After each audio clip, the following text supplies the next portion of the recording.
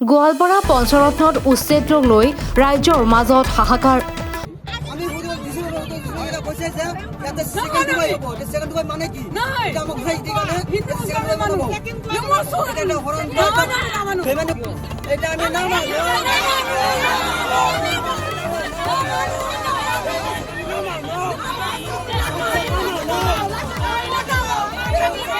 পঞ্চৰত্নত বসবাস কৰা উচ্ছেদিত ৰাইজে সাব্যস্ত কৰিলে প্ৰতিবাদ।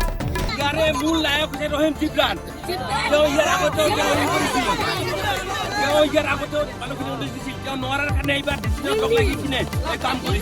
এই শীতৰ সময়তো হাতে হাতে কেণ্ডেল লৈ উত্তাল প্ৰতিবাদ সাব্যস্ত কৰে।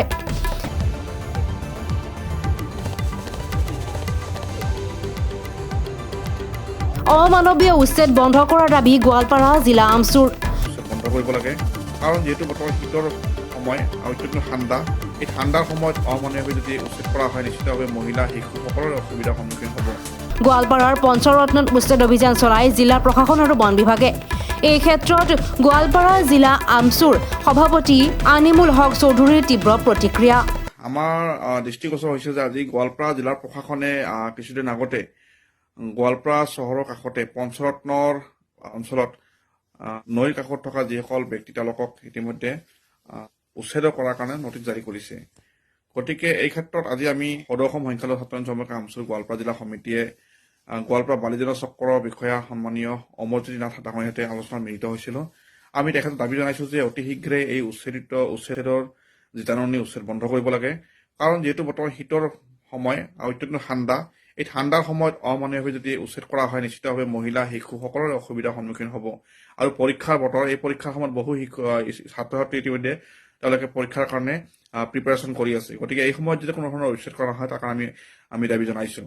আৰু বিশেষকৈ এটা গুৰুত্বপূৰ্ণ কথা যে আজি অসম চৰকাৰে দুবাৰকৈ বসুন্ধৰা আইন লৈ আহিল, য'ত কিন্তু অসমৰ সৰহসংখ্যক সংখ্যালঘু লোকক কিন্তু এই বসুন্ধৰা আইনৰ জৰিয়তে মাটিৰ ভূমি পট্টা দিয়া নহ'ল। গতিকে আমি অসম চৰকাৰ দাবী জনাইছোঁ যে অতি শীঘ্ৰে অসমৰ সংখ্যালঘু লোকসকলক ভূমিৰ পাট্টা দিয়ক। যিসকল গৰাখহনীয়া ক্ষতিগ্ৰস্ত লোক আছে, যিসকল চহৰ অঞ্চলৰ লোক আছে, তেওঁলোককো ভূমি পট্টা প্ৰদান কৰাৰ কাৰণে আমি দাবী জনাইছোঁ।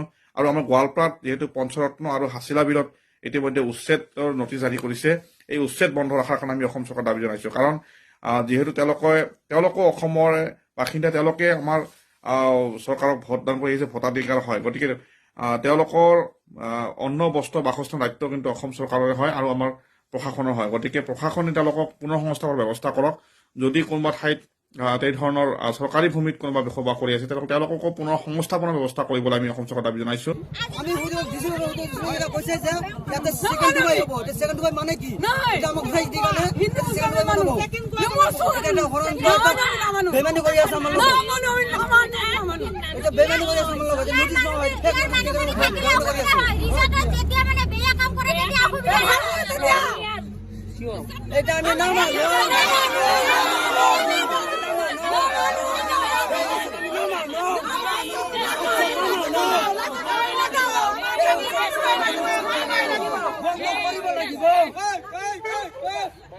বন্ধ কৰিব লাগিব।